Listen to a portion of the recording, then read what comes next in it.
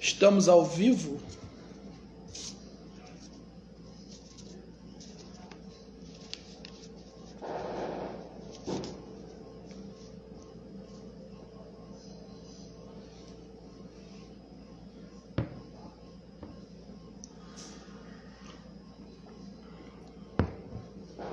Vamos esperar o pessoal entrar aí?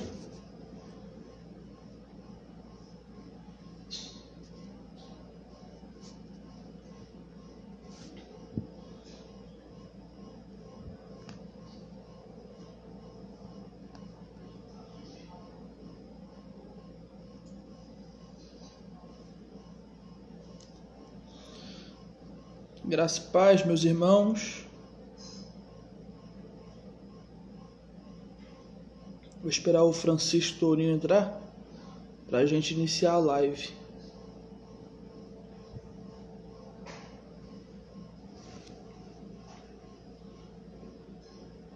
O áudio está bom, galera? Para vocês, o áudio aí está bom?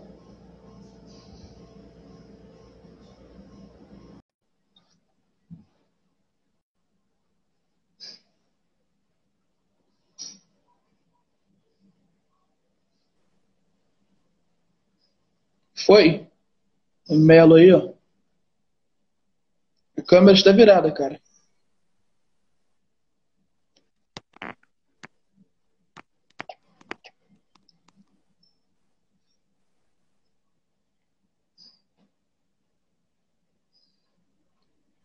Melo?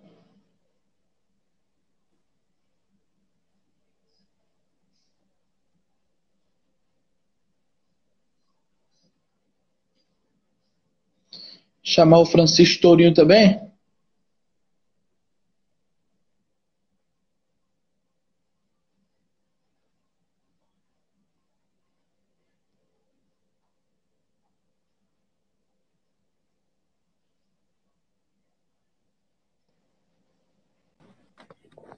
Fala, meu querido, tudo bem, irmão? Opa, graça e paz. Vou Graças a ajeitar isso aqui, ver se vai dar certo. Essa, aqui é na gambiarra. Deus. Vamos esperar o outro ADM entrar aí? Foi? Agora sim, boa noite. Boa noite, irmão. Boa Graças noite. a paz. Meus pais. E aí, Um Tourinho? pouquinho mais da altura. E aí, Tourinho, como você Bem, tá? graças a Deus. Tudo bem? Tô bem, graças a Deus. Que bênção, hein? Como não estou em casa, então não repare muito Não, tranquilo, tranquilo. o cenário, não. O importante é a sua presença aqui conosco. Desde já, Ô, bem, desde já eu quero agradecer o convite, por ter aceitado o convite, viu? O pessoal de página famosa, né? Tem costume de não aceitar, né, os convites assim. Logo, a nossa página aqui é página pequena ainda, aí eles não têm costume de aceitar os convites, né? Mas que bom que você aceitou. aqui onde me chamar para falar, eu tô indo. Né? Vamos começar, irmãos. O Melo quer falar alguma coisa? O Felipe aí? Não, só agradecer, né, ao Tourinho por ter aceitado nosso convite, dizer que é uma honra ter ele aqui, né, a pessoa que está espalhando o calvinismo, né, assim, na verdade, explicando de outra maneira, né, de uma forma mais simples para as pessoas entenderem melhor. Exatamente, também quero deixar aqui meu agradecimento, né, como eu disse. Eu achei que ele nem ia aceitar. Falei assim, poxa, já fiz convite para muita gente, né? Mas também muita gente já ignorou, né? Mas eu fico feliz por o irmão ter aceitado aí, viu? Vamos começar, irmãos. O Tourinho aí, ele pode, o senhor pode começar se apresentando para o pessoal que não conhece, que é quase impossível, né, não te conhecer. O senhor o senhor é bem famoso aí no meio reformado, né? Então, assim, eu que tenho que me apresentar, na verdade. Mas o senhor pode se apresentar aí, contar quem é o senhor, contar a sua história um pouco pra gente aí. É isso aí. É o que o povo diz, né? Mas eu sou Francisco Tourinho. Eu sou autor desse livro aqui, que é o livro O Calvinismo Explicado. Tem alguém com retorno aí, eu acho, não tem? Eu não sei, eu não sei. Eu acho que sou eu, peraí. Melhorou? Melhorou Deixa eu ver, agora. tô com falo. Melhorou? Olha, tá vendo? Será que isso... Eu acho que Será é que o eu tô teu, ouvindo Torinho. duas? Acho que tá com o retorno do teu. Peraí. Não sei se... Será que eu tô ouvindo duas que não era pra ter? Ah, melhorou agora, né? Melhorou, parece que Tá melhorou. conseguindo me ouvir? Tô. Ah, então parece que agora já... Acho que foi só Melhorou. mesmo... Foi só algum delay aí Eu- que teve. se eu Eu fosse, sou se o eu fosse, Francisco Tourinho, eu sou desse livro aqui, que é o Calvinismo Explicado. E esse livro ele nasceu justamente dessa necessidade de explicar melhor o calvinismo, né? Quando eu fiz a leitura desse material aqui, que depois eu peguei, traduzi e comentei, que é uma obra do Teodoro de Beza, aqui no capítulo 7 desse livro, do primeiro livro dele, né, que é o Tratado, o Tesouro da Verdade do Evangelho. Ele ensina como você deve ensinar o calvinismo, né? Tem uma boas sugestões pedagógicas ali. E uma das sugestões dele é que você não começasse pela doutrina da predestinação. Né? Você essa é ótima. começasse por... Tu não começa pela doutrina da predestinação, mas que você devesse começar pelos aspectos mais práticos até chegar nos aspectos mais distantes, né? E foi o que eu fiz. É por isso que meu livro não trata necessariamente de predestinação, não trata de tulipe, né? Ele trata, na verdade, da ontologia do calvinismo. É a base, onde nós nos baseamos para que a gente possa falar de tulipe lá na frente. Eu até digo que o debate é muito infrutífero entre arminianos e calvinistas, porque estamos sempre debatendo a tulipe. E a tulipe, ela é a ponta da corrente, lá no final. Então não adianta a gente debater o final se a gente não debater o meio e não o começo. Se não Então, entender o primeiro começo, tem não que adianta saber... nada. Não adianta nada ir pro final, né? Exatamente. Então, primeiro tem que saber quem é Deus, quais são os atributos de Deus. E aí, a partir daí, é o que eu sempre digo. Se conceituarmos Deus corretamente, a tulipa ela é necessária. Ela se torna somente uma consequência, ela é uma consequência do conceito de Deus. Então, primeiro deve-se aprender qual é a visão de Deus dentro do calvinismo. Não adianta eu dizer, eleição é incondicional porque Deus é assim. Não, eu tenho que dizer, Deus é assim e por isso a eleição ela deve ser incondicional. Perfeito. Pois se não for, então Deus não é Deus. Entendi. Então, ou seja, você acaba colocando aquele que está aprendendo a duas uma. Ou ele vai negar o conceito de Deus, ou ele vai aceitar, por exemplo, que a eleição é incondicional, que a graça ela é irresistível, que os santos perseveram, que a expiação ela é limitada. Porque decorre, se você quebra um ponto desse, é como se você negasse o próprio Deus cristão. É verdade. Então, deve-se primeiro conceituar o que é Deus. Mas, enfim, nasceu-se também das quantidades de mitos, né, que eu ouvia todos os dias a respeito do calvinismo. E o pior de tudo não era que eram os opositores, não. Era que pessoas do nosso próprio lado era que propagavam os mitos. E aí, nasceu-se dessa vontade. Um dos motivos pelo qual, assim, porque ainda tem aquela coisa, primeiro nasce a vontade, mas ainda tem aquela... Para você sair da vontade e colocar no papel, ainda tem... É um outro passo, né? É um outro passo. E aí eu recebi na época um convite para publicar um artigo que ainda hoje está lá, ele está publicado lá, naquela revista que é a revista Teologia Brasileira, que é da Vida Nova. Não sei se vocês conhecem essa revista. Sim. Sim. E era justamente para eu falar a respeito do determinismo e do livre-arbítrio, né? Qual era a relação do determinismo e livre-arbítrio. E aí eu escrevi, só que quando eu terminei de escrever, esse artigo estava com umas 40 páginas. Só que eu só poderia mandar 15. Tem um limite de páginas. Então eu tive que sair cortando um bocado de coisa, dele me doeu o coração, né? Imagino. Poxa, eu podia explicar tantas coisas mais aqui e não vou poder colocar. Então, tanto é que ele é um artigo bem seco mesmo. Oi? Isso que às vezes atrapalha o artigo por conta que você quer falar várias coisas, mas você tem que condensar ele, né? Isso. Tanto é que depois eu recebi outro convite da Faculdade Presbiteriana de Curitiba, a FATESUL, para escrever sobre o mesmo tema. E aí eu tive lá 35 páginas.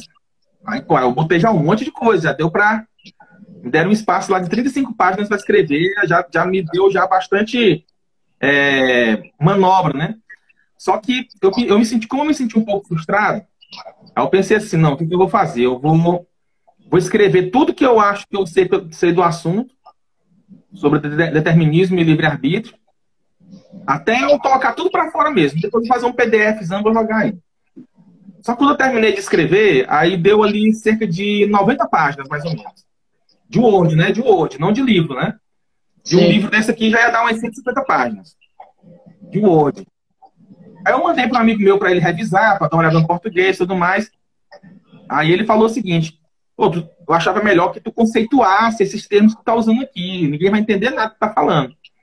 Ah, não, pois tá bom. Deixa eu conceituar os termos que eu tô usando. Aí eu enchi de nota de rodapé, né? Com os termos. E se você for olhar meu livro, o meu livro ele são 427 páginas. Ele tem mais de 300 notas de rodapé. Só de conceito. E aí eu peguei... Não, pois vamos colocar os conceitos. Aí, quando eu coloquei os conceitos, o livro foi para 170 páginas. Ele quase dobrou o tamanho. Só de exemplos que eu fui dando e fui... Resultado. Eu pensei, não, mas eu tô falando sobre isso daqui. E aí uma coisa começou a puxar a outra. E aí eu pensei, não, por que eu não vou colocar logo o assunto logo completo e vou falar logo um pouco sobre teontologia? Justamente porque me veio à mente essa questão de que primeiro você deveria conhecer Deus para depois saber o que era o livre-arbítrio, saber o que era a predestinação, o que era o decreto. Que eu já tinha falado durante o livro já, de forma mais branda. Aí quando eu terminei de escrever, deu 235 páginas de Word. E virou essas 400, na época, 410 páginas, né? E aí, depois na segunda edição, eu coloquei mais referências. Porém, esse livro, ele acabou trazendo muita novidade, porque quando nós conhecemos o calvinismo por algumas frases de efeito, né? Por exemplo, o homem não tem livre-arbítrio. Não, é porque você não pode fazer diferente do decreto. É sempre uma visão unilateral, né? Ou seja, uma visão metafísica, né? Nós somos muito presos à visão metafísica. O calvinismo, o ensino didático, né, do calvinismo, não é que o calvinismo erre. E não é necessariamente que essas pessoas estejam ensinando errado dentro do próprio contexto. Ensinando assim, que eu digo que eles digam esteja errado, mas estão ensinando errado porque eles estão muito presos a uma visão metafísica de Deus. Nesse relacionamento entre Deus e o homem. Entendi. Então é sempre aquela coisa, você foi predestinado. Você não pode fazer diferente, você não sei o quê. Por quê? É sempre naquela ótica de Deus. É claro que para Deus todas as coisas são necessárias, mas e aqui na Terra? Como é que isso se relaciona com nós mesmos? De nós para nós mesmos, como é que isso funciona? E como é que se dá esse link? Como é que eu não anulo a necessidade de Deus e não anulo também a contingência humana, a liberdade humana? Né? Então, para isso, já foram dadas várias explicações pelos reformadores mais clássicos, né? João Calvino, Francis Turretin, vai ter Jerome Zantes, o próprio Beza, e tantos outros aí que deram várias explicações muito boas, o Perkins, John Owen, mas que as pessoas não se atentam nem para essas explicações. Por exemplo, a gente tem obra do Owen, uma que foi publicada pela Estandarte de Cristo, que é O Livre-Arbítrio e seu ídolo pelagiano, uma coisa assim. Sim. Que é uma obra fenomenal, fenomenal. É até mais completa do que meu livro. Mas ninguém lê aquilo. Quando lê, só lê a parte que fala do decreto, que fala do... Nunca vê como isso acontece, né? E aí, por conta desses mitos, eu acabei, não, eu vou escrever algo que tenha uma ótica global, né? E as pessoas, elas gostam de materiais modernos. Né? Você encaminha... Tudo que eu já falei, já foi falado antes. Não tem nada de novo no meu livro. Porém, me parece, né? Me parece que além das pessoas gostarem de materiais modernos, parece também que é o homem do nosso tempo que tem que falar para as pessoas do nosso tempo. Então acaba que surge essa necessidade de trazer um material e tudo mais, né? E foi aí que eu comecei a escrever. Eu comecei a escrever esse livro em 2017. Em 2017, dezembro de 2017 comecei a escrever. Em dezembro de 2018 concluí. Só que aí até mandar para a editora, revisão, isso e aquilo, vai e volta. Ele foi publicado em julho de 2019. Foi publicado assim, foi para gráfica, para imprimir. Entendi. Ele chegou nas minhas mãos na segunda semana de agosto de 2019. Aí nós estamos com 2 anos, já estamos na segunda edição, né? Que eu fiz várias revisões, né? E o que para alguns é uma explicação coerente, para outros que ainda continuam com a visão unilateral, parece que eu estou negando a fé. Né? Porém, eu sempre falo, ó, se você tiver qualquer tipo de dúvida, você fale comigo, ou você leia meu livro. Eu falo, ó, leia meu livro e veja lá se eu estou errado, né? Porque o livro, ele tem 3 pilares, né? Que é as escrituras, obviamente, que é a primeira de todas. A escritura, a tradição, porque eu trago todas as minhas afirmações, elas são feitas nas confissões. Primeiro escritura, primeiro confissão, aliás, depois confissões, depois os grandes mestres que concordam com as confissões, porque nem todo mestre concorda com as confissões, e depois o uso da razão. Entendi. Né? Não adianta você colocar... você vai colocar um negócio ali, o negócio não faz sentido, pô. tem que fazer sentido, né? Então, hoje um negócio vai fazer sentido. Não adianta achar que todo mundo é idiota. Hoje em dia já tem muito disso, né, cara? O cara afirma uma coisa sem pé, sem cabeça e quer que tu acredite, né? Você eu gosto de falar isso, né? Mas é o seguinte, é porque tem um mistério, né? Aí, só que o mistério hoje ele é usado como uma capa para a sua incompetência. A verdade é essa. É verdade. Eu não estou dizendo que não existam coisas que são, por natureza, misteriosas. Sim. O problema é quando você se utiliza do mistério para abafar uma contradição lógica patente. É isso que não pode acontecer. Entendeu? Então, às vezes a gente até fala, no caso tem uma crítica no meu livro ao Roger Olson, né? Que ele fala que, entrando já no tema da graça irresistível, né? Uhum. Porque para o arminiano toda graça é irresistível, né? Ela não faz o homem sair do estado dele de não querer para o estado de querer. Né? Ela dá um impulso inicial, no entanto, aquela decisão humana permanece totalmente indeterminada. Como ela é totalmente indeterminada, ela também é imprevisível, que tudo que é indeterminado, ele é randômico. Não tem como se prever. Só pode se prever aquilo que se sabe como vai ser. E se sabe como vai ser, tem que ser determinado. Né? E aí o que ele vai dizer, né? Não, que como Deus sabe quem vai aceitar e quem não vai aceitar, isso é um mistério. Nós nos atemos à Bíblia, né? Nos atemos à Bíblia. Eu falo, não é mistério, não. Isso aqui é uma contradição, meu amigo. Você tem que... isso aqui é uma contradição. Você tem que assumir. Não pode ser verdadeiro, porque isso aqui é uma contradição lógica. Deus não... Ou você vai para o teísmo aberto, né? Ou então você vai ter que aceitar que aquela decisão foi determinada de alguma forma. Porque Deus só conseguiria prever infalivelmente, antes do acontecimento, antes de eu nascer, né? Uma decisão minha, se essa decisão fosse determinada. De alguma forma ela tinha que ser determinada. E várias outras coisas, né? E do nosso lado, muitos estão agora, é a moda do momento, né? Dizia assim, não, determinismo divino com o livre-arbítrio, a liberdade humana. Nós sabemos que existem os dois, mas é um mistério como é que essas duas coisas coexistem. Não tem mistério nenhum. Não tem mistério nenhum. Tem mistério se o livre-arbítrio for libertário, né? Se for o livre-arbítrio lá dos arminianos, mas não na concepção que os reformadores ensinaram, entendeu? Então, fazer uma leitura desses autores antigos abre a nossa mente para a gente entender como foi feito a conciliação. Isso nunca foi um problema para os reformadores. A questão da liberdade humana, determinismo, a questão da graça, essas respostas que eu dou já foram dadas já há bastante tempo. Então, eu acho que talvez por isso que eu esteja sendo encarado com tanta polêmica, né?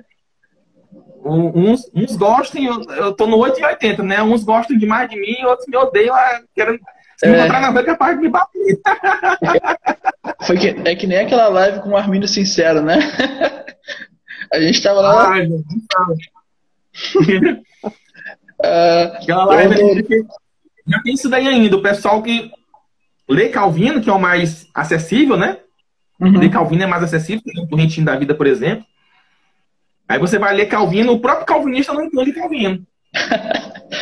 O arminiano muito menos, ainda mais quando ele está com má vontade. Que é o caso do Diego Aquino, da página Armínio Sincero. Além dele não ter a capacidade intelectual realmente de entender o arcabouço, né, o acervo de informações para entender as institutas, ele ainda está com má vontade. Aí piora tudo. Aí vai confundir palavras, entendeu? Você vai chegar, por exemplo, a famosa frase lá de Calvino, né? Não, porque Adão caiu, senão que pela ordenação de Deus, né? Tá vendo? Deus deu uma ordem aqui para Adão. Não é ordem. Quando eu falo, a Escritura fala que o culto seja feito com decência e ordem, a ordem é uma organização. Quer dizer que as coisas foram feitas debaixo da providência de Deus. Né? Mas Sim. Por quê? Porque ele não sabe que no período medieval, que Calvino viveu na Idade Média, né? No final da Idade Média, mas viveu na Idade Média, a teologia vigente daquela época conceituava a providência divina como sendo a ordenação das coisas a seu determinado fim. Ou seja, queria dizer o quê? Que nada acontece por sorte, por acaso. Isso é a doutrina da igreja. Quem acredita que as coisas acontecem por sorte, por acaso, são os ateus. Não somos nós. É a doutrina da igreja. Então, você pegar Armínio, ele vai dizer a mesma coisa. Que foi pela administração divina, que é a mesma coisa de ordenação. A palavra no latim é a mesminha. Né? Então, você vai ver, é a opinião de todos os teólogos que a queda aconteceu pela vontade divina, mas, claro, obviamente não em todos os aspectos, mas sob um determinado ângulo foi da vontade divina. Né? Que depois a gente vai até tratar disso daí, quando a gente for tratar da graça. Eu estou falando demais. Porém, sobre o seu livro, um irmão perguntou aqui que ele está vendendo na Amazon. Perguntou se ele está vendendo na Amazon. Está? Ele vende só a versão em Kindle lá. Quem quiser comprar a versão em Kindle, aí lá tem assim, lá tem dizendo que é 235 páginas. E às vezes a pessoa fica pensando, porque o livro é menor. Não é menor. É porque em Kindle realmente diminui a quantidade de páginas, mas tem o mesmo conteúdo. Entendi. Porém, o que está lá é a primeira edição. A segunda edição, ela já tem mais páginas. E eu não coloquei a segunda edição na Amazon. Quando eu publicar a terceira edição, eu vou colocar a segunda edição na Amazon. Por quê? Porque o pessoal pirateia demais. O pessoal pirateia muito. Então eu vou colocar a segunda edição só quando eu publicar a terceira. Aí eu coloco a segunda edição, aí vai ter uns 2, 3 gatos pingados que vão comprar e o restante vai piratear. Tá bom. Ah, pelo menos tá levando conhecimento pro pessoal, né? Eu não me irrito, não, mas também não vamos fazer de trouxa também, né? Então, Tourinho, vamos iniciar. O Melo vai falar alguma coisa aí? Tá me escutando bem? É porque a internet estava caindo aqui algumas vezes. Perfeitamente. Sim, eu tô escutando. Pronto, assim, eu queria, Tourinho, que você falasse dessa introdução sobre o que é graça, né? Como você estava falando sobre o seu livro, que trata um pouco acho que acredito que seja, que todo cristão deva saber, né? É para saber. São coisas básicas, mas tem alguns cristãos que não estudam, nunca ouvi falar, tá aprendendo agora. Então eu queria que você desse um pouco dessa introdução, né? O que é graça, etc. Mas pode ver graça aí. Oi? Só desculpa atrapalhar, eu vou pedir ao pessoal da live aqui para compartilhar a live com seus amigos, porque hoje em dia, né, muitas pessoas estão sendo enganadas pela graça irresistível, né?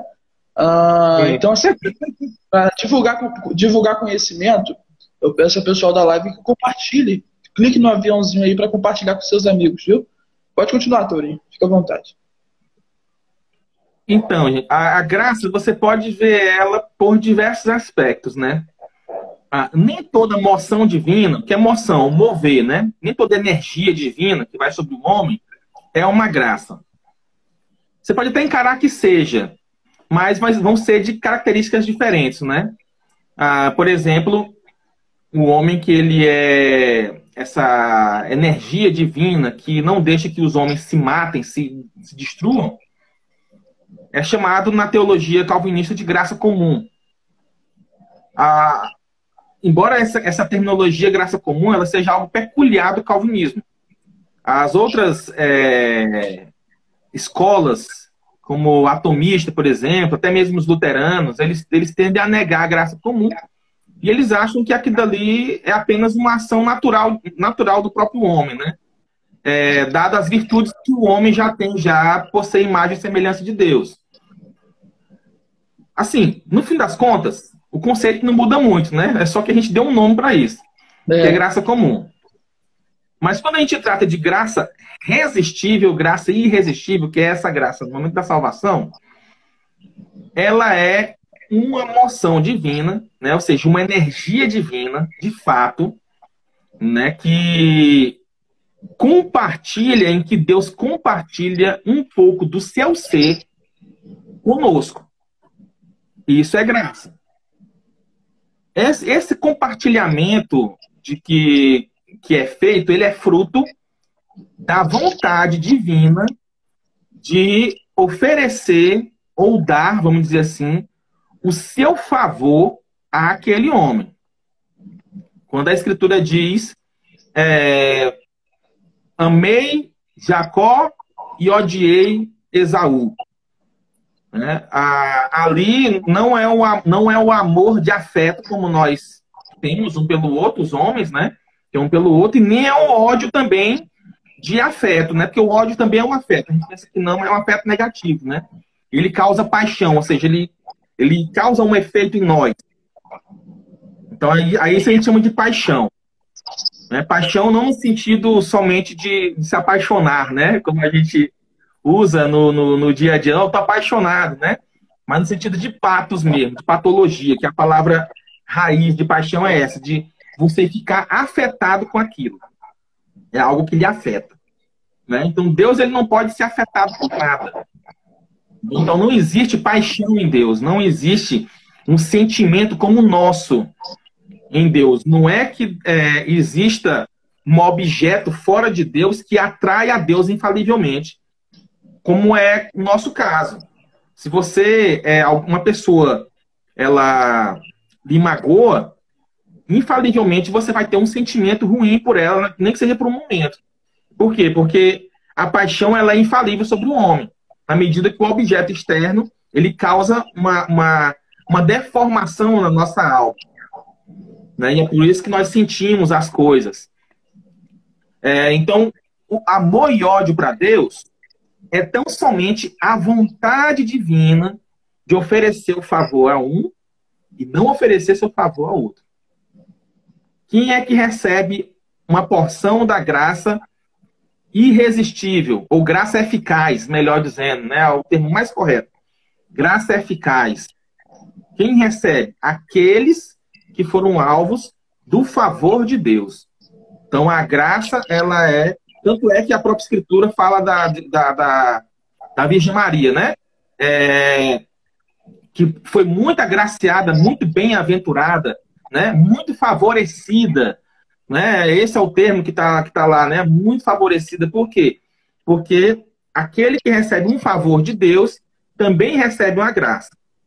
Essa graça, ela é uma energia que Deus compartilha o seu próprio ser conosco, e ao compartilhar esse ser dele conosco, ele nos faz mais parecido com ele. E é por isso que quando nós nos transformamos mais parecidos com Deus, inevitavelmente, em algum ponto dessa ação, nós não poderemos mais resistir a ele. Porque nós estamos nos tornando parecido com aquele que nos cedeu. Certo? Então é como se nós começássemos a fazer parte do próprio Deus. Bem, graça é isso, né? Graça é isso. É o favor divino, né? E também essa energia, esse compartilhamento do próprio ser de Deus conosco. As pessoas tendem a... Pode falar. Você tratou sobre graça comum e a graça eficaz, né? Que é a graça salvadora. Só para as pessoas que estão aqui assistindo entenderem, no caso seria a graça comum, que na Bíblia vai dizer, né? Que dá sol e chuva para os justos e injustos, ou seja, a graça que é para todos, né? A graça comum. E a graça eficaz é a graça salvadora. E aí Deus concede só alguns. Isso. Existe outra também que eu vou falar daqui a pouco. Os calvinistas clássicos entendem a graça em 3 aspectos. Ainda tem isso ainda. Torinho, as pessoas tendem, né, a pensar que quando a graça irresistível é Deus colocar a faca no pescoço dos outros e dizer, olha, você está obrigado a vir a mim. Se você não vir, você morre, né? Só que... Isso. Olha os exemplos. Hein? Olha os exemplos. Lembra lá de Jonas lá, né? Olha o exemplo que ele vai usar, o de Jonas, aí vai usar o exemplo de Paulo, né? São esses exemplos que as pessoas usam da ação da graça divina, mas aquilo ali é uma ação meramente extrínseca. Né? Você botar Jonas dentro da barriga de um peixe é uma ação meramente extrínseca. É fora do homem, aquilo ali não é graça.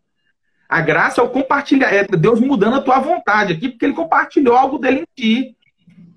Ah, não, porque tá vendo lá... Deus deixou Paulo cego, né? Até a história de derrubar ele do cavalo, nem parece, isso nem está na escritura, mas enfim,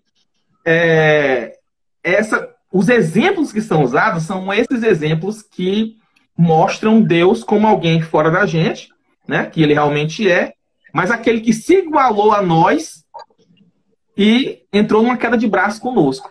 E agora vai me subjugar por ser mais forte. Esses são, né, os exemplos que a gente vê por aí. Porque veja bem, cara, eu penso assim, né? Quando Deus, a graça é irresistível, porque quando Deus chama um pecador, né? Ele entrelaça o pecador com seus laços de amor, né? E puxa ele, não tem como o homem resistir, cara. Aí Paulo diz, né? Como que o oleiro vai resistir? Como que o vaso vai resistir ao oleiro, né? Então, assim, não tem como, né? Mas existe um motivo pelo qual ela é irresistível. E é bom lembrar que nem sempre ela é irresistível, né? Por exemplo, não são todas as pessoas, na verdade, a maioria das pessoas não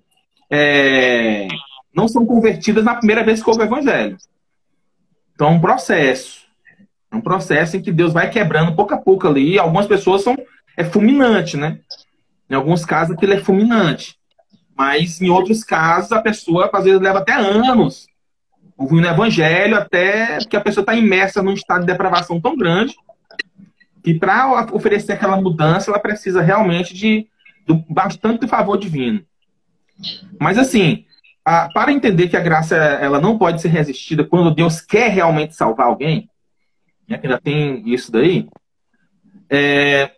basta lembrarmos que quando Deus criou Adão, ele cria Adão para adorá-lo.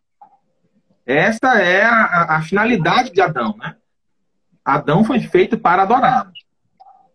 Em Adão todos nós estamos, então todos nós somos feitos para isso. Para adorar a Deus, para glorificar a Deus. A criação tem que testemunhar realmente, exaltar o Todo-Poderoso. Pois muito que bem.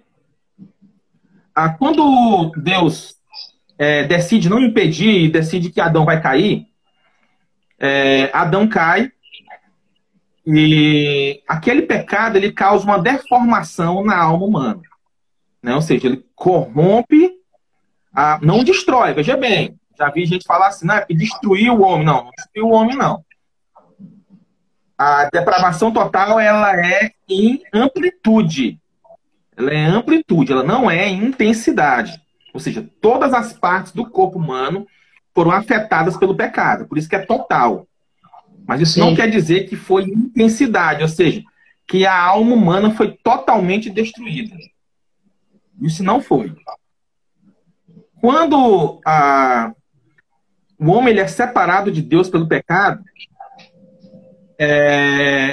agora ele passa a julgar errado e começa a desejar o que nós chamamos de bens aparentes. O que é um bem aparente? Um bem aparente é aquilo que parece ser bom, mas na verdade não é. O pecado em si. Então, quando... É o pecado. Isso, é o pecado. Eu ia chegar lá, né? É o pecado. Quando você... quando o homem em geral, homem e mulher, né? Mas o homem com H maiúsculo, o gênero homem, ele deseja fornicar, por exemplo, ele não quer a fornicação em si, ele quer o bem do prazer. Se ele vai roubar, ele não quer o roubo em si, ele quer o bem do objeto que ele vai roubar. Então o homem, ele continua nesse desejo de fazer o bem e de buscar o sumo bem que é o próprio Deus. Porém, agora, como ele julga mal, ele procura bens aparentes, em vez de procurar bens verdadeiros. O apóstolo Paulo, por exemplo, quando consentiu na morte de Estevão, e quando ele perseguia os cristãos, ele jurava que estava fazendo bem ali. Mas, na verdade, ele estava pecando. Ou seja, Paulo queria fazer o bem, mesmo quando era mal. Ele acreditava que estava fazendo bem, mas, na verdade, ele estava pecando. Por quê? Porque com a mente depravada que ele tinha, ele julgava mal e não conseguia discernir o que era um bem verdadeiro, o que era o pecado, o que era um bem falso. Perfeito. Quando a graça vem sobre nós, o que ela faz? Ela nos torna minimamente parecido com Adão.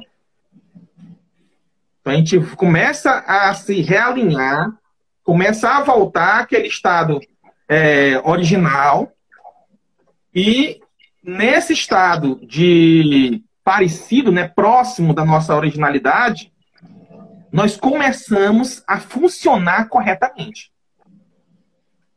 Quando nós começamos a funcionar corretamente, agora nós começamos a julgar corretamente também. O que é o bem verdadeiro? O que é o bem falso? Ou seja, aquele bem aparente já vai ser mal para nós. Mas nós estamos sempre buscando o bem, e agora nós sabemos qual é o bem verdadeiro. Então, infalivelmente, nós vamos nos inclinar para o bem verdadeiro, que é Deus, que é o sumo bem. Veja, o mal, como ele não é uma coisa, ele é apenas um defeito daquilo que é bom, ele não tem um poder de apetecimento, ou seja, ele não pode ser desejado. Ninguém deseja o mal absoluto. E o mal absoluto também não existe, porque nós não somos maniqueístas. Certo? Então, como não existe esse apetecimento pelo mal, e o apetecimento é sempre para o bem, quando a graça nos conserta, infalivelmente você vai correr para o bem verdadeiro. Não tem como escapar disso. A não ser que você postule o maniqueísmo, a não ser que você postule que há desejo verdadeiro pelo mal. Aí sim, ou que nós não fomos feitos para servir, glorificar a Deus. Ou seja, você vai ter que abrir mão de uma série de princípios que todos os cristãos aceitam. Então, um dos motivos pelo qual a graça ela não pode ser resistida é que, mesmo um homem em estado de depravação, ele procura o bem. Ele está sempre procurando fazer o bem. No entanto, ele faz o mal porque ele julga mal. Ele julga errado. Ele acha que aquilo que ele está fazendo é bom. É legal. Né? Quem aí, não sei se você... Né? Quem já foi do mundão aí, né? E que já chegou na roda de amigos. Eu não sei vocês dois, mas alguém que está assistindo aí já foi. Chega na roda de amigos e o cara chega contando vantagem porque botou chifre na mulher. Rapaz, ó, deu uma escapada ali e tal, não sei o quê. Por quê? Ele acha que aquilo ali é legal. Entendeu? Ele fez por esse bem aí, pelo bem do prazer. E ele tá achando que fez realmente uma coisa legal, uma coisa bacana e tal. Tá julgando mal, né? Tá julgando mal. Tá julgando mal. É claro que para mim, quando eu vou olhar aquela situação, que já julgo, já sei o que é o bem verdadeiro e o bem aparente, eu vou pensar comigo mesmo. O cara tá já que tá ansiando, né? Tá se orgulhando do pecado. Mas para ele não, para ele o pecado é prazer. Então ele procura o pecado pelo bem do prazer. E o prazer é uma coisa boa. Em tomada em si mesmo, prazer é uma coisa boa. Tanto é que nós temos prazer em Deus, né? Mas ele procura o prazer de forma errada, de forma equivocada. Então, dado essa explicação, né? Vou deixar aqui mais uma que complementa isso que eu falei. Digamos que aqui é Deus e aqui é o homem. Faz de conta que que os dois é um imã aqui, ó, porque nós somos criados para voltar a Deus. Ou seja, a nossa finalidade é como você criar um carro e o carro é feito para andar, meu amigo. Você vai entrar nele, você não vai botar o carro para, sei lá, para nadar. Não existe isso. Qual é a finalidade do carro? Qual é o objetivo do carro? Não é rodar em cima das rodas, você entrar ali, acelerar e ir embora com ele. Esse é o objetivo do carro. O carro vai fazer isso quando ele for posto para funcionar. Ele for posto para funcionar, é isso que ele vai fazer. O homem também, quando o homem é posto para funcionar, é isso que ele vai fazer. Ele vai se voltar para Deus. Infalivelmente. O pecado causou um defeito no homem, certo? Sim. Pega lá o carro lá. Pega agora o carro. Fura os 2 pneus do carro. O que vai acontecer? Ele já não vai rodar mais direito. Vai puxar para um lado, vai ficar pesado. Ou seja, tem que consertar o defeito que está no carro ali, que está fazendo ele não funcionar direito. Na hora que você conserta o defeito do carro, ele já volta a funcionar corretamente. E o homem? Na hora que a graça conserta o defeito do homem, como vai fazer? Vai voltar a funcionar corretamente. Ele vai se voltar para Deus. Porque essa é a finalidade dele. O homem foi feito para isso. Você dizer que o homem resiste à graça infalivelmente é você dizer que o homem não foi criado para adorar a Deus. Pô. Exato. Isso aí, ou então que a graça não tem efeito nenhum sobre o homem. O que também é outro absurdo. Mesmo os nossos amigos, irmãos arminianos acreditam que a graça preveniente ela tem uma certa irresistibilidade. Ou seja, ela causa uma certa transformação no homem que não faz o homem infalivelmente querer, mas liberta o arbítrio dele para que ele possa decidir, pelo menos. Então, dadas essas explicações, pelo menos de início aqui, né, já dá para a gente amarrar as pontas, né, e ver que tem que se desfazer de muita coisa para acreditar que a graça é resistível. Exatamente, cara, exatamente. Agora vamos para o próximo assunto, que continua sendo, né, sobre a graça, o erro da graça resistível. O porquê, né, você não concorda com a graça resistível?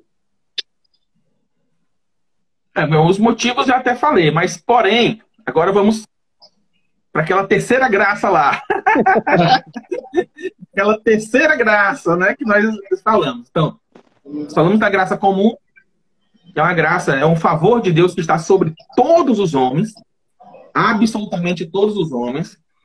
Porque todos os homens, todos, eles são queridos de Deus quando tomados em si mesmos, porque são criaturas, né? Deus criou esses homens, então existe um certo favor, um certo amor de Deus por todas as criaturas, mesmo quando elas estão em estado de pecado, tá?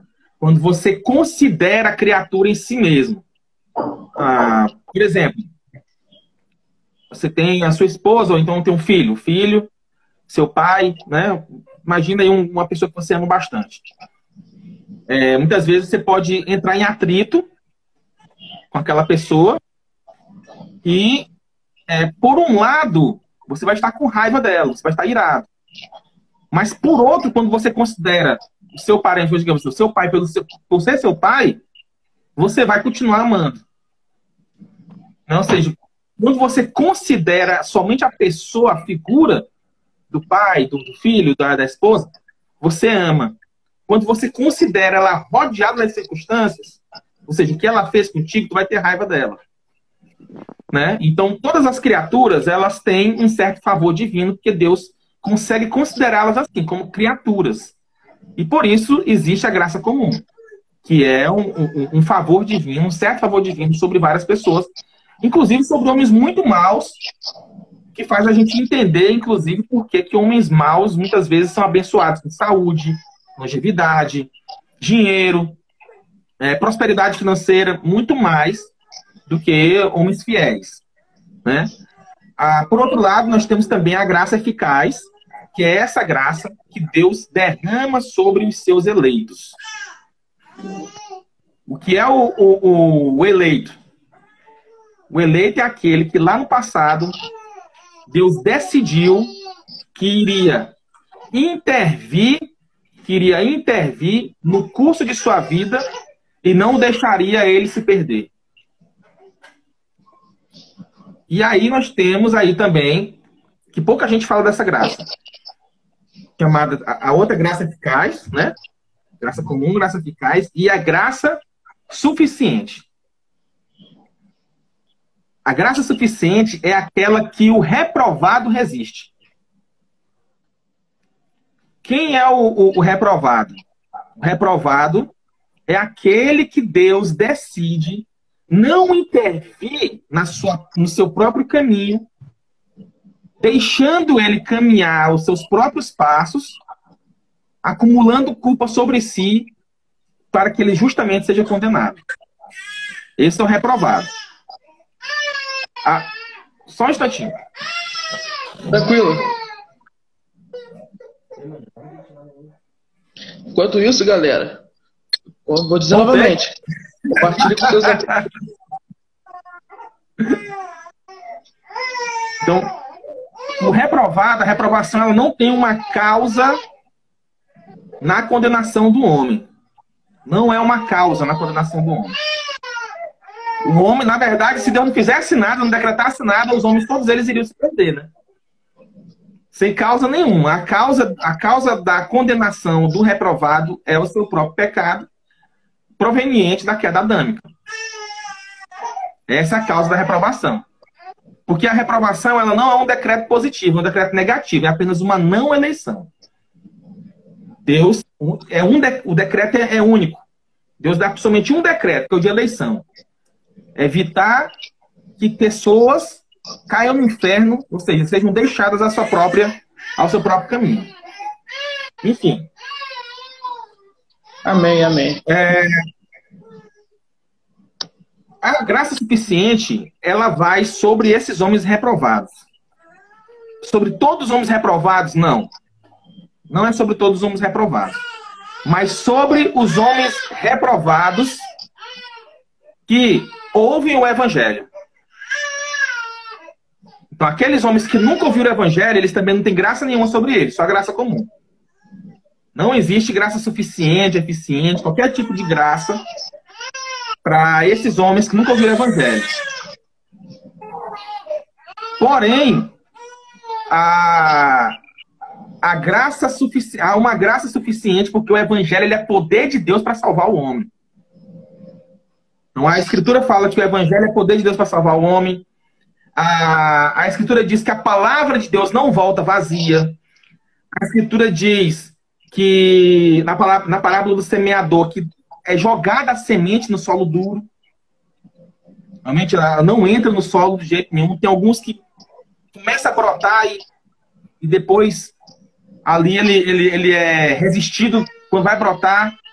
E lá em Hebreus 6 diz que aqueles que foram iluminados, né, conseguiram ainda resistir e conseguiram apostatar de alguma forma. A Escritura diz também que ilumina todo homem e tal, então nós não devemos fechar os olhos para esses versículos. E são pessoas, os calvinistas clássicos, eles não fecharam os olhos para esses versículos. Então, o que se acredita? Que a graça suficiente, ela é uma graça que não é da mesma natureza da graça eficaz. Mas ela é uma graça suficiente por quê? Porque se o homem não fosse duro, ele aceitaria. Ele repele tão somente porque ele é mau. Imagine só a luz que ilumina todos os homens. Porém, a luz não deixa de ser luz somente porque existe um cego. Qual é a razão do cego não enxergar? É a luz que vai sobre ele ou é o próprio defeito dele? É o próprio defeito dele. Né? Ou seja, você dizer que a luz é a causa da cegueira é um pouco absurdo. Sim. Né? Não existe isso. Da mesma forma, a graça suficiente, ela não é a causa da própria resistência. Senão que a própria maldade humana que resiste a essa graça. Porém, ela não é da mesma natureza da graça eficaz. Por quê? Porque ela não quebra essa resistência. Ela vai lá e bate e volta. Né? Ou pode ter algum efeito sobre o homem ainda, de forma a atraí-lo de alguma forma, porém esse homem ele vai abafar essa graça, ele vai rejeitar essa graça. Mas isso coloca uma potência passiva em Deus, ou uma impotência em Deus, uma falha em Deus, de forma alguma. Por quê? O homem, ele não resiste à graça quando Deus não deixa ele resistir. E o homem, quando resiste à graça, ele resiste à graça porque Deus permite que ele resista. Então, no final das contas, está tudo nas mãos de Deus. Não se pode pensar que aí é o erro da graça resistível lá, no arminianismo e em outras correntes teológicas. Que a graça per si mesma, em toda a sua natureza, ela é resistível. Deixando a cargo do homem a eficácia dessa própria graça. Aí que está o erro. Agora, quando eu digo, não, o homem resistiu à graça, mas ele resistiu somente porque Deus permitiu que ele resistisse, então, nós não temos problema nenhum com isso. Primeiro, o resultado vai ser certo. Deus, quando emite a graça, ele já sabe também que o homem vai resistir, e ele já sabe também que ele já não impõe nenhum tipo de força a mais para que aquele homem não resista. Então é um resultado certo, já não existe esse problema da indeterminação. Segundo, aquele que Deus emite a graça eficaz, não fica a cargo do homem tornar essa graça eficaz. Ou seja, também está em Deus. Por outro lado, aquele que recebe a graça eficaz, como eu falei, ele se retorna primeiro ao estado adâmico. E como ele voltou lá para o estado adâmico, e ele agora consegue desejar coisas boas, verdadeiras, então ele livremente corre para Deus. Ele vai desejar Deus de forma sincera, com sua própria vontade. Mas o que? Uma vontade transformada agora. Então, a graça irresistível, que é fruto da eleição, da predestinação e tudo mais, ela não anula a liberdade humana. Muito pelo contrário, ela estabelece a liberdade humana. Porque o homem agora vai fazer aquilo que ele foi feito para fazer. Um carro que funciona muito bem, ele é muito mais caro do que o carro que funciona mal. Se o homem foi criado para ser livre, racional, volitivo, quanto mais graça ele tiver, quanto mais parecido, quanto mais desejar a Deus, mais livre ele vai ser, porque mais homem ele vai ser. E é por isso que a Escritura diz, se o Filho vos libertar, verdadeiramente sereis livres. Então a graça, ela não retira livre-arbítrio humano, ela estabelece livre-arbítrio, ela lhe coloca num estado próximo de Adão novamente. E Adão era muito mais homem do que a gente. Porque ele tinha perfeições, as perfeições dele eram muito mais habilitadas do que as nossas. E o reprovado? O reprovado, como a água não é a culpada de um solo duro, né? A água bate no solo duro, aí ela vai todinha por lado, não entrou, aí não fertilizou nada ali, né? Porque o solo era duro. Como a água não é culpada do solo duro, e nem a luz é culpada do homem cego, porém, a natureza daquele homem é que faz a graça não alcançar o seu intento, e aquele homem, não é claro que dureza e cegueira não são defeitos morais, né? Porém, aquele homem resiste à graça por um defeito moral. Ele é mau. Ele é mau. Basta você pegar, por exemplo, no caso, uma árvore ruim sempre produz frutos ruins. Se tu vai aguar a árvore ruim, a única coisa que ela vai fazer é produzir mais frutos ruins. Então, essa graça, quando ela vai sobre o homem, a graça suficiente, ela vai sobre o reprovado, ela acaba fazendo esse homem se condenar ainda mais. É por isso que a Escritura vai dizer o quê? Que aqueles que nunca ouviram do Evangelho vão ser julgados por um padrão diferente daqueles que já ouviram o Evangelho e não aceitaram. Por quê? Porque a graça, essa graça, quando ela vai sobre esse homem, ela faz condenar mais ele. Coloca ele no estado pior ainda, porque negar a Deus também é pecado.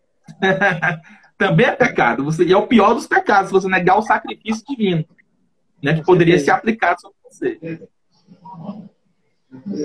Amém. Torinho, tu já entrou aí num aspecto que a gente ia tratar agora, a respeito de umas perguntas, né? A gente abriu uma caixinha de perguntas aqui na página e teve uma pessoa que perguntou o seguinte: por que Jesus chora por aqueles que o rejeitaram, se isso foi decretado por ele? Ou seja, está se referindo lá a Lucas 13:34, né? Quando Jesus fala de Jerusalém. Sim. Jerusalém, Jerusalém, que mata os seus profetas, né? Não é isso que está escrito lá? Exatamente. Jerusalém, Jerusalém, que mata os seus profetas. Quantas vezes eu quis juntar os seus filhos? Né? Quem Jesus Cristo quis juntar? Jerusalém ou foi os filhos de Jerusalém? É só você pegar o capítulo inteiro e você também pode comparar com o texto paralelo, né, sinótico lá de Mateus, que conta o mesmo evento, trata do mesmo evento. E você vai ver que Jerusalém é Herodes e os fariseus. Herodes por quê? Porque Herodes matou João Batista. Por isso que ele fala que mata os profetas. João Batista era profeta. Ele fala dos fariseus, que os fariseus iriam matar ele. Ele também era profeta. E aí no próprio texto de Lucas ele fala assim, ó, diga para aquela raposa lá, que é o próprio Herodes, né? E aí ele começa a falar das maldades que foram feitas com os profetas do passado. Basta ler o texto, ele começa a falar, e aí ele coloca na conta dos fariseus os profetas do passado que foram mortos. E ele vai dizer o seguinte, que se aqueles profetas vivessem naquele tempo, os fariseus matariam ele também. Eles também. Então, olha só, Jerusalém, Jerusalém, que mata os seus profetas. Quem é esse? Os fariseus e Herodes, o governo. Quantas vezes eu quis juntar os teus filhos? Opa! Não, já não está falando de Jerusalém. Está falando agora dos filhos de Jerusalém. quantas vezes eu quis juntar os teus filhos e vocês não deixaram. Segunda parte do versículo, que parece ser a parte mais polêmica, né? Primeiro que Jesus está falando dele mesmo. Dele mesmo. Quantas vezes eu, minha pessoa, Jesus, eu, ali na terra, quis juntar os teus filhos, e vocês, Herodes e fariseus, não deixaram. Veja, não é os próprios filhos que estão resistindo ao chamado do evangelho, mas outras pessoas que o próprio Jesus Cristo diz que eram cegos que guiavam outros cegos, que não deixavam aquelas pessoas ouvir o evangelho. Porém, muitas pessoas acabam aí e pensam assim: nossa, mas ali Jesus quis, então ali tinham pessoas eleitas que não conseguiram ser salvas, não é? Por conta dos fariseus e de Herodes que não deixaram. Mas não estava decretado? A graça não é irresistível? Jesus, quando fala isso daí, ele estava bem pertinho de morrer. Ele já estava começando praticamente a via cruz dele. Tanto é que ali é uma previsão da própria morte dele. Sim. Jesus começa a falar da morte dele. Digamos aí, uma semana depois Jesus morre. Mais ou menos isso daí. Ali é um intervalo de uma semana ou duas ali. Jesus morre. Ressuscita. 40 dias depois acontece o quê? O Pentecoste. No Pentecoste, qual é a primeira cidade que começa a pregar o evangelho? Jerusalém. Onde é que se converte 3.000 pessoas numa pregação? Jerusalém. Onde é que se converte depois mais 7.000? Jerusalém. Como é que vão dizer que os filhos de Jerusalém não foram juntados? Jesus, ele lamenta naquela hora porque ele, como pregador do evangelho, não conseguiu juntar naquele momento. Por causa de quê? Por causa de Herodes e dos fariseus, que acumularam culpa sobre si por conta disso. Jesus falou: vocês são raça de víboras, filhos do diabo. No mesmo texto ali, Jesus coloca todos os tipos de adjetivos ruins para os fariseus. E para Herodes também. Aqueles homens, aquilo foi permitido por Deus, porque aqueles homens eles eram reprovados. E Deus permitiu que eles fizessem aquilo para que a maldade deles viesse à tona e eles acumulassem culpa sobre si para serem justamente condenados. Porém, aqueles homens que eles impediram de ouvir o evangelho, todos eles se converteram lá 40 dias depois. Você vê que por causa da pregação dos apóstolos. O próprio Jesus, né, ele disse que os discípulos deles fariam obras maiores do que a dele, né? E fez, né? Obras maiores do que a dele. Entendeu? Então não existe resistência do decreto. Muito pelo contrário. Muito pelo contrário. Não existe resistência da graça aí, porque aqueles que eram eleitos, eles não ouviram o evangelho. Porque não foi deixado. Não deixaram eles ouvir o evangelho.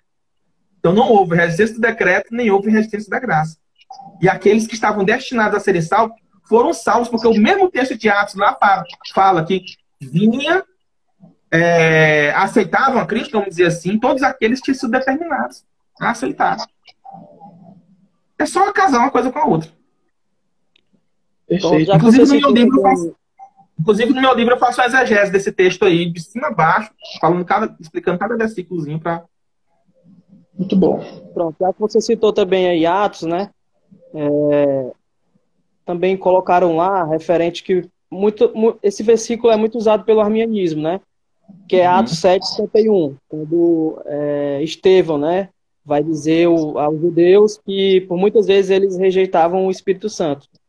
Eu queria também que tu desse uma palavra sobre isso. Aquele que é eleito, Deus não autoriza que isso aconteça. Aquele que é reprovado, Deus permite que seu espírito, que a sua graça seja resistida.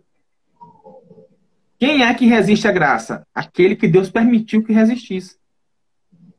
Quem é que não resiste? Aquele que Deus não permitiu. Que a Escritura é clara. agindo Deus, quem impedirá? É uma pergunta retórica essa. Ele está dizendo, ninguém pode impedir o agir de Deus. Então, se agindo Deus, quem impedirá? E ao mesmo tempo tem um texto que diz que eles resistiram a Deus. Qual é a conclusão lógica que tem disso daí? Aqueles que resistiram é porque Deus permitiu resistir. É como você brincar ou brigar, lutar com alguém mais fraco que você. Você pode não usar toda a sua força. Ou pode deixar ele lhe bater algumas vezes. Porque você está permitindo que aquilo aconteça. Né? A fim, às vezes, dele pensar que é mais forte, coisa do tipo. A questão é, o mais forte, para que o mais forte seja resistido pelo mais fraco, só existe uma maneira. O mais forte permitir que isso aconteça. Não existe outra maneira. Imagina, vai pegar a queda de braço com um menino de 3 anos. Só existe uma maneira dele te resistir, é tu deixar ele ganhar. Não existe outra maneira. A graça só é resistível, né, quando Deus quer que ela seja resistível, né? Isso, quando Deus permite que o homem resista a essa graça. Até os nossos amigos arminianos vão concordar que Deus é mais forte do que o homem. Ou seja, se o homem resiste a Deus, ele resiste porque Deus deixou ele resistir. Porque essa é a lógica do mais forte contra o mais fraco. Não é verdade? Sim. Sim. Então, assim, todos os textos que nós temos na Escritura, que fala de resistência de graça, ele é resolvido com essa equação aí. Deus autorizou, permitiu que ele resistisse. Não mudou nada. Não mudou nada. A graça continua sendo irresistível para os eleitos. Entendeu? Que essa é a doutrina. Entendeu? Você resolve qualquer problema da Escritura com relação à resistibilidade da graça nessa equação. Tem mais alguma pergunta, ô Melo? Não, pode continuar. Então, Torinho, você citou aí, né? A gente citou, né? Textos que supostamente defendem, né? A graça irresistível. Agora, que na verdade não defende, né? É só uma falta de interpretação. Agora, qual texto bom? Qual texto podemos ter como base, né? Para a graça irresistível? Já tem esse de Isaías, se eu não me engano, né? Tem o João 1, para mim, é um dos melhores. João 1. Vou colocar bem aqui João 1 aqui no computador. E fica mais fácil para mim aqui achar aqui. João 1 é o primeiro capítulo lá do Evangelho de João. Vai dizer o seguinte, ó. Veio para o que era seu e os seus não o receberam. Ele autorizou, né, a formulazinha lá, né? Sim. Autorizou que esses homens o resistissem. E o próprio apóstolo Paulo vai dizer o quê? Teve um objetivo para isso aqui. O objetivo da resistência dos judeus era que os gentios fossem alcançados. Isso aí Paulo deixa claro na carta aos Romanos. Ou seja, não era aquela coisa que Deus queria salvar, infalivelmente salvar, e o homem impôs um impedimento que Deus não conseguiu vencer. Não é isso. E aí ele vai dizer o seguinte: mas a todos quantos o receberam, deu-lhes o poder de serem feitos filhos de Deus, os quais creem no seu nome. Olha só o que tem escrito aqui. Os quais não nasceram do sangue, nem da vontade da carne. Aí tem a frase que eu mais gosto. Nem da vontade do homem, mas de Deus. Quando trata aqui desse texto aqui, da relação Deus-homem, ou seja, de concorrência divina, para que o homem possa ser convertido, ou seja, nascido de novo. E aí ele exclui totalmente a tua vontade. Como é que eu posso pensar em uma graça que depende da minha vontade ou não vontade para que ela alcance o seu intento de fazer eu nascer de novo, se o texto exclui totalmente a vontade do homem? Não há nenhuma possibilidade, né? Não existe sinergia aqui. Não existe sinergia aqui. Existe uma monergia. Existe Deus colocando a sua graça sobre o homem e fazendo ele nascer de novo. Depois ele nasce de novo, aí pronto, ele está com a mente renovada, ele vai desejar o bem verdadeiro. Aí ele vai lá e aceita Jesus Cristo, tem fé e tudo mais, aí vem toda a continuação do processo. Né? Então o texto diz, rapaz, não é da vontade da carne, é da vontade do homem. Não, está escrito aqui. Porque, né? Não tem vontade do homem. No processo não está incluído a vontade humana. É porque, então, ou seja, é a graça, pura graça. O homem não tem parte nenhuma na salvação, né? Como o Jonas mesmo diz, que a salvação vem de Deus, né, cara? É o texto que no livro do Spurgeon, os 5 pontos do calvinismo, não sei se o senhor leu, ele cita muito esse texto, né? Então, assim, o homem por si mesmo não tem nem capacidade de interferir em nada na sua salvação. Tá? O homem só quer o pecado. Entendeu? Se Deus não interferir, o homem não escolhe a salvação. Inclusive, os arminianos, eles vão até concordar com isso, sabe? E eles até concordam com isso. Que Deus precisa, de alguma forma, abrir, né, a mente humana e tal, atrair o homem e tudo mais. Até aí eles estão certos. Eles acreditam também que existe a depravação total, né, que existe depravação total, e que o homem, por si só, ele não consegue se voltar para Deus. Se tem algum arminiano que nega a depravação total, ele não é arminiano. Ele é um cara... Qualquer outra coisa aí, um pelagiano, semi-pelagiano, um confuso, né? Os arminianos clássicos, né, seguidores de Armínio, eles não acreditam que o homem possa por si só chegar a Deus. Porém, e aí eu queria colocar aqui um defeito que eu acho que é o maior na questão da graça resistível. Que é o maior, que para mim esse é terrível, esse é o pior de todos, no meu ver. Quando Cristo morre por nós na cruz, ele definitivamente conquista a nossa salvação na cruz. É por isso que nós chamamos de solos Christus.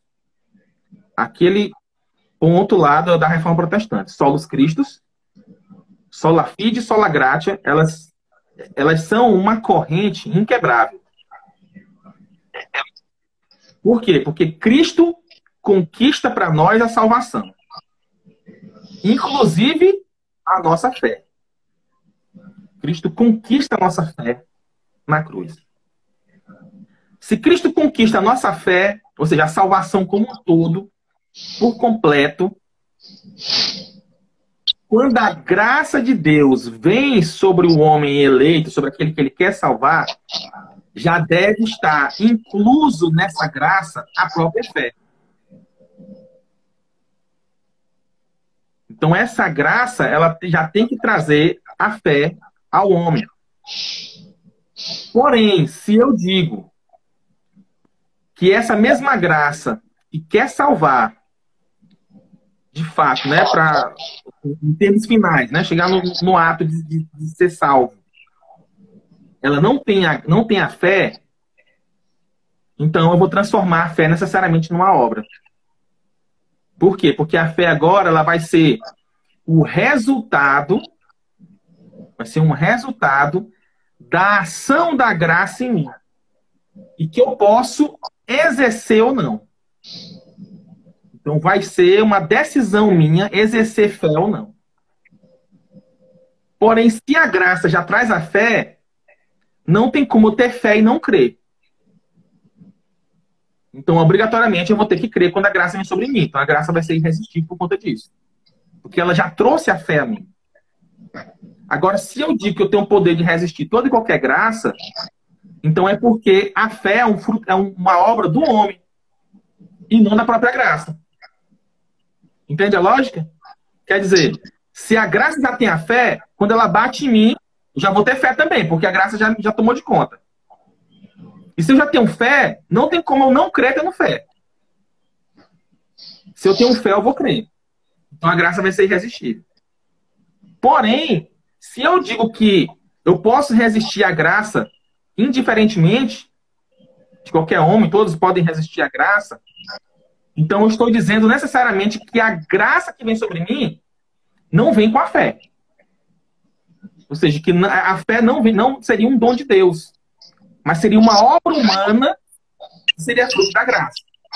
Que o homem poderia exercer ou não. Disso, quebraria o quê? Sola fide. Porque a justificação não seria fruto de somente pela fé, mas fruto de uma obra chamada fé. Quebraria o solos Cristo, porque eu estaria dizendo que Cristo não conquistou a fé para mim lá na cruz.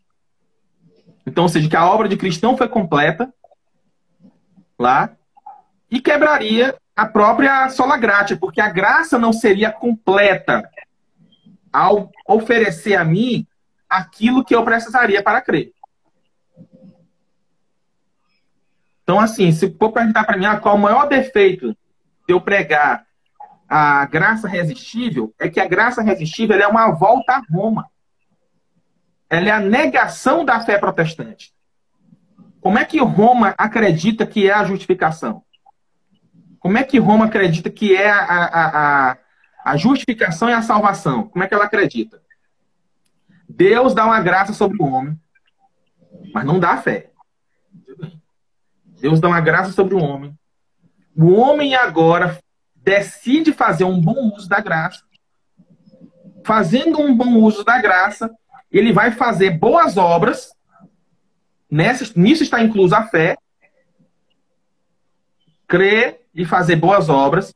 Na medida que ele faz uma boa obra, aí ele é recompensado com mais graça. Aí Deus dá mais graça para ele. E aí ele vai fazendo mais boas obras. E aí ele vai se tornando justo. Não é uma justiça imputada, como nós queremos no cristianismo, no protestantismo. Né? Ou seja, Cristo conquistou, obedeceu e conquistou nossa salvação e imputa sobre nós a obediência e a justiça dele que ele conquistou na cruz. É essa a nossa crença. Para eles, não. Para eles, o homem tem que ser justo a partir daquilo que ele faz. Ou seja, não é uma justiça imputada. Para nós, o homem ganha a justiça de Cristo e ele é justo e pecador ao mesmo tempo. Lá, não. Eles acham isso uma contradição, ser justo e pecador. Então, o homem ele tem que deixar de ser pecador para que ele possa ser justo. Então, ele tem que estar sempre fazendo boas obras para receber mais graça e aí ele ir perseverando. Só que ele pode resistir a essa graça. Então, quando ele resiste a essa graça, ele é punido com menos graça. Ou seja, Deus vai dando menos graça a ele. Até chegar a um ponto em que ele pode o quê? Cair da graça definitivamente e perder a salvação. É arminianismo, é isso. Só que eles ainda dizem que, mesmo você perdendo a graça, ainda tem, no caso da Igreja Católica Romana, vamos dizer, né? Se você perder a graça, você ainda pode recuperar ela, ou seja, com penitência. Pode, com penitência. Exatamente, porque aí são meios, até mesmo porque eles não creem nessa, como eles não creem nessa justiça imputada, porque a justiça imputada, ela tem uma consequência, que é que como Cristo obedeceu a lei inteira, obedeceu tudo, quando essa justiça vem sobre nós, até os nossos pecados futuros estão perdoados. Já em Cristo. É por isso que a gente não precisa de penitência. Para o católico romano, não. O pecado está perdoado hoje. Amanhã, se eu pecar, eu tenho que recorrer a um meio de graça para que eu receba essa graça. Qual é esse meio de graça? É a ceia, né? É comer o sacramento e a confissão auricular. Que aí o sacerdote vai te absolver dos teus pecados. É por isso que é tão importante para eles lá fazer a confissão auricular. E no arminianismo? Não tem nem isso. Ou seja, o cara fica mesmo largado mesmo, né? Não tem nenhum recurso. Ele se torna pior do que Roma. É como o reverendo Daniel Branco tratou no livro dele de Justificação pela Fé, né? Que ele é um reverendo luterano. Ele falou, o arminianismo ele consegue ser pior do que Roma. Porque, além dele transformar a fé numa obra e transformar também a perseverança dos santos em recompensas de boas obras que você recebe, só que eles não vão falar isso para você. Na verdade, muitos deles nem entendem que é assim. Eles nem vão entender que é assim. Né? Porém, quando eles pecam e eles caem da graça, eles não têm esse recurso de se voltar para Deus. Ou seja, depende tão simplesmente de uma próxima decisão deles de crer novamente, para receber graça de novo e tal. E tem um versículo, que eu particularmente amo esse versículo, eu gostaria de deixar ele aqui. Eu vou lê-lo, eu sei ele decorado, mas eu vou ler só para não ter risco de errar. Judas 24. Judas 24. Ora, aquele que é poderoso para vos guardar de tropeçar e apresentar-vos irrepreensíveis com alegria perante a sua glória. Ora, quando eu digo que Deus quer que eu me mantenha salvo, que Deus quer que eu seja salvo, e aí eu sou salvo porque aceitei Jesus e tal, passei por todo o processo de justificação, e aí eu caio e perco minha salvação. Eu estou dizendo que Deus não é poderoso para me guardar dos tropeços. A Escritura diz, ora, aquele que é poderoso para vos guardar de tropeçar e vos apresentar irrepreensíveis com alegria perante a sua glória. Ora, se Deus é poderoso para te guardar de tropeçar, inclusive, nós supomos isso quando nós oramos, Senhor, a oração do Pai Nosso, livra-me da tentação, né? Das tentações do mal, né? Porque nós supomos que Deus é poderoso para nos guardar de tropeços. Só significa uma coisa, se Ele é poderoso para fazer isso, e uma pessoa cai definitivamente da graça, é porque Deus definitivamente não quis fazer. Se Ele é poderoso para fazer e não fez, é porque Ele não quis fazer. Ora, mas se Ele não quis fazer, é porque Ele não te queria salvo. Você era um reprovado. Então, basta ler os versículos bíblicos, se você entender que Deus tem poder de impedir os pecados, que Deus tem poder de te manter em pé, Ele não coloca circunstâncias aqui. Deus é poderoso para te manter em pé. Não coloca circunstâncias. Basta você ler lá o texto lá de Gênesis 6, se eu não me engano. Gênesis 6 não. Quando Abraão chega na presença de Abimeleque, e aí ele acaba entregando Sara para Abimeleque, né? E aí Abimeleque tem um sonho, e ele descobre que, na verdade, Sara não era irmã, né? Na verdade, ela era meio irmã, né? Mas era esposa de Abraão. E aí ele vai lá e devolve a mulher para Abraão. Por que tu fez isso comigo e tal? E aí quando ele fala com Deus, ele diz, ele agradece a Deus por Deus ter impedido ele de pecar. Ou seja, Deus é poderoso para impedir os homens de pecar. Quando você ora em casa, você vai sair para o trabalho, ou você ora pelos seus filhos, pelos seus parentes, assim, Senhor, livra-me dos homens maus. Livra-me dos homens sanguinários. Por que você ora assim? Porque você tem a certeza de que se Deus quiser impedir o homem mau de fazer o mal, ou seja, de pecar, Ele vai impedir. Perfeito. Ou seja, Deus é poderoso para impedir o pecado. Então, se o cara se perde no meio do caminho, É porque Deus não queria ele salvo. Só tem essa resposta. Você pode fazer e não faz, é por quê? Porque você não quer. O ato, A né? outra resposta seria, Deus tentou e não conseguiu. A O outra ato resposta de... seria essa, Deus tentou e não conseguiu. Pois é. É, O ato de uma pessoa, né, perder, né, a fé significa que ela nunca teve, né? Nunca teve fé. Eu acredito nisso, eu acredito muito nisso. Ela nunca teve fé, né? Por isso que abandonou, né? ela pode ter vislumbres, né? Vislumbres. Quando a Escritura diz assim, que uma vez iluminados, né, provaram do dom do Espírito Santo, né? Foi falado ali que elas provaram do dom do Espírito Santo. Hebreus, Elas provaram, mas não beberam, né? Você pega ali o texto lá onde Jesus, ele prova do vinagre, mas ele não bebe do vinagre. Então você sentiu o gostinho da coisa, não é a mesma coisa de você se alimentar dela. E a Escritura, sempre quando ela trata da comunhão de Deus com o homem, ela vai tratar, é o pão que alimenta, é o pão que não te dá mais fome, é a água que nunca mais deixará você ter sede. São nessas categorias que são trabalhadas. Você vai ver, por exemplo, em algumas circunstâncias, a Escritura diz que o santo, o cônjuge, né, no caso, se você tem uma esposa que é santa, o marido vai ser abençoado por ela, né? Ele vai ser, de certa forma, santificado. Aquele homem que ele é reprovado, mas ele vai à igreja, e ele está ali junto na comunhão dos irmãos, ele é abençoado de uma certa forma também. Lá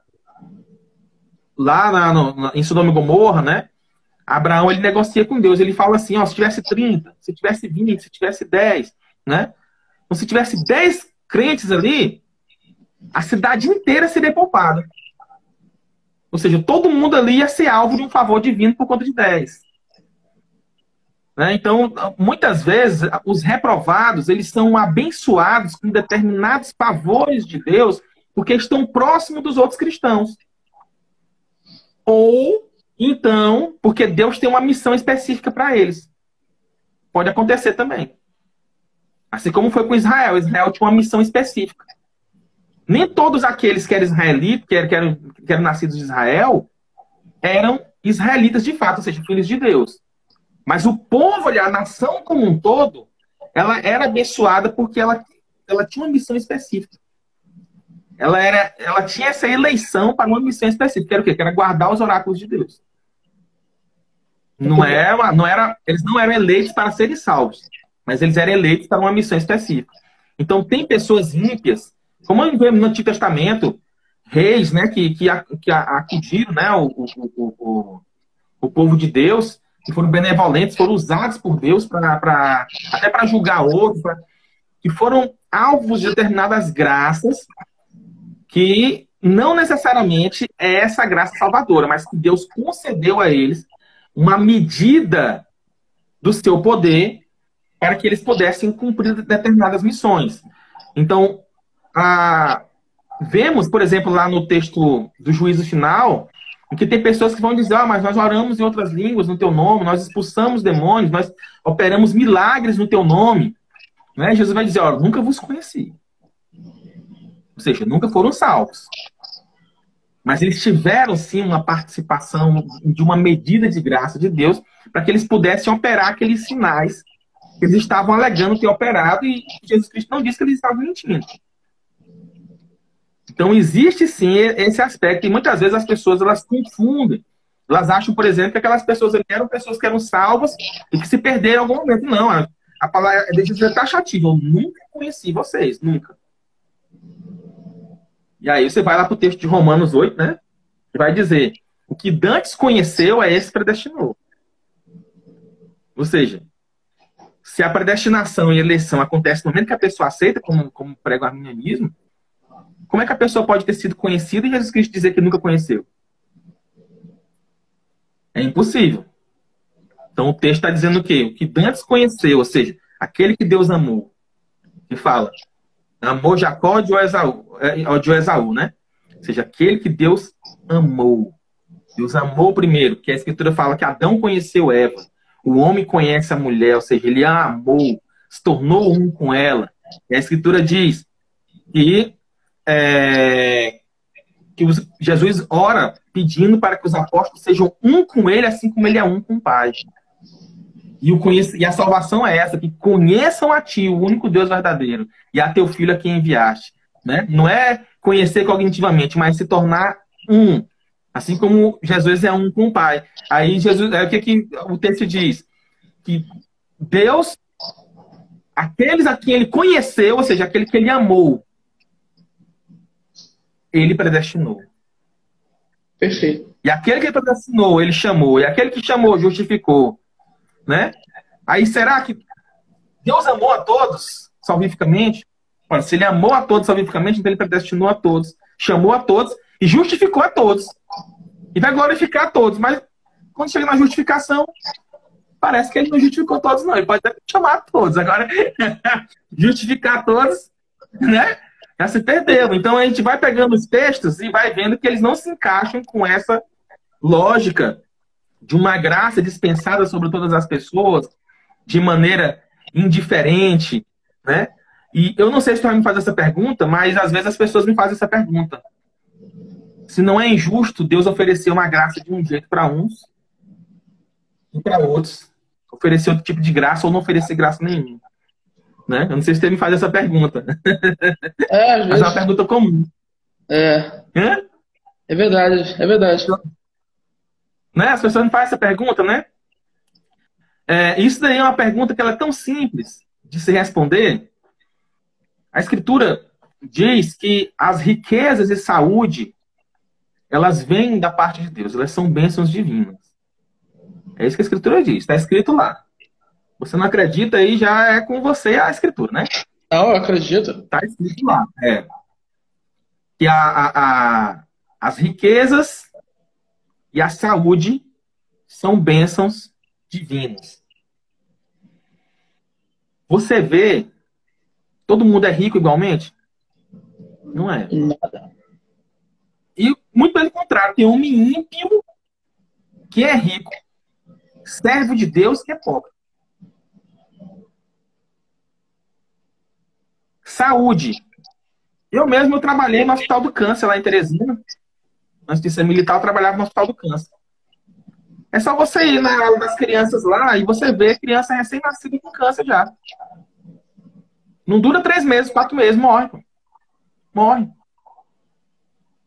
Entendeu? A coisa mais triste do mundo. Você entra naquela... Eu nem gostava de andar por lá. Porque eu passava por lá e já saía depressivo. Agora me diz, o que uma criança fez para nascer doente? E por que tem homens que são tão maus que o cara pega, leva 4, 5, 6 tiros, 10 tiros, vai pra UTI, não sei o que mais, daqui a pouco o cara tá vivo de novo. A quase morre, mas o cara tá lá, bonzinho depois, rapaz. Pessoas que nasceram com saúde e outras sem saúde. E parece ser aleatório. Não parece ter uma lógica. Você olha, não tem uma lógica para isso daí. Não é uma questão de causa e efeito, dizer assim, não, o servo de Deus é rico, aquele ali que é filho do diabo é pobre. Não tem essa lógica. Ah, a doença só pega só o filho do ímpio, o filho do justo não pega nada, a doença não. Você vê que há uma arbitrariedade nessa distribuição de coisas. Agora, se nas bênçãos materiais, Deus as distribui de forma arbitrária, por que não as bênçãos espirituais, que são muito mais próprias dele do que as materiais? Para você dizer que seria injusto um homem receber mais graça do que outro, e por isso ele vai ser convertido, né? E outro que recebeu menos graça, ou uma graça de natureza diferente, e ele vai rejeitar, e isso daí é injusto, você vai ter que dizer que Deus é injusto também por conceder mais bênçãos materiais para uns e menos bênçãos materiais para outros. E eu não estou falando só disso, não. Existe, se tudo que é bom vem do alto, do Pai das Luzes, você pode pegar isso aí para qualquer coisa. Absolutamente qualquer coisa você pode pegar. Alguém que nasce agraciado, com uma voz bonita e canta muito bem.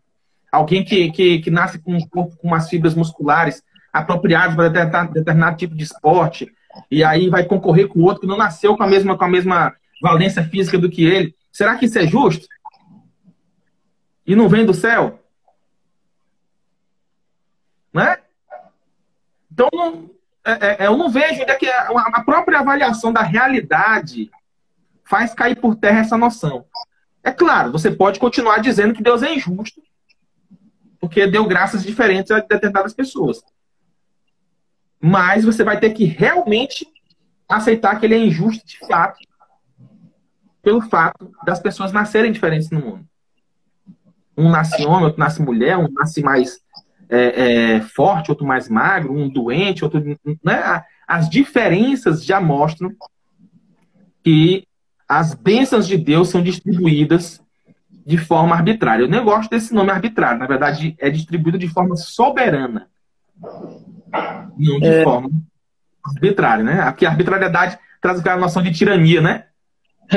Fica aquela sensação de tirania, né? Pega aquele reflexo de tirania, mas não. De forma soberana. Deus distribui de forma soberana. Amém, Túlio, amém. É porque, assim, né, a live já vai fazer 2 horas já de live. Hoje foi bom. Passou rápido. Passou, é verdade. Mas, assim, eu quero de coração mesmo agradecer a você por ter aceitado o convite, viu? Foi excelente. Eu creio que quem entrou aqui com dúvidas já saiu aprendendo, né? Então, assim, muito obrigado. Viu? O Melo quer falar mais alguma coisa? Sim, agradecer também, né? Eu tive aqui, eu acho que a página, ela tem um atritozinho com o Diego, né? Eu acho que ele tava orando lá e minha internet caindo aqui direto.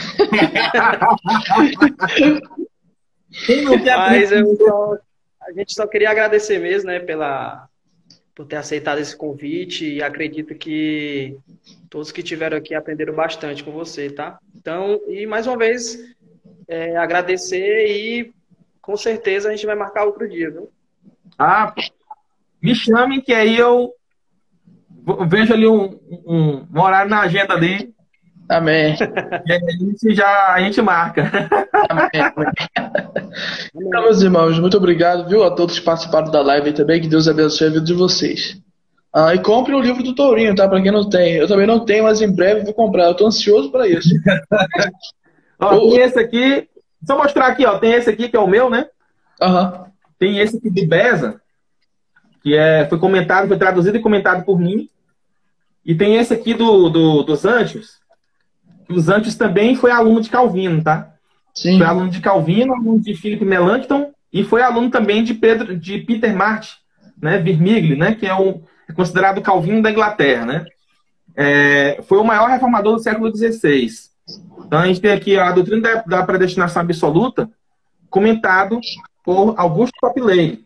Augusto Toplady, que foi o maior rival de John Wesley, né, na sua época, né? Então é um bom comentarista. Sabe muito, né? Sabe muito. Também traduzido por mim, tá? Amém. Então, amém. Quem quiser aí, pode acessar minha loja lá, colocar Calvinismo Explicado, e vai aparecer minha lojinha aí. Coloca no Google, então me procura nas redes sociais que eu mostro aí os produtos. Amém. Os livros, né? Amém. Muito obrigado, viu, Tourinho? Qualquer coisa, estamos aí. Eu agradeço. Deus abençoe a todos aí. Fica na paz. Tchau, tchau. Tchau, tchau.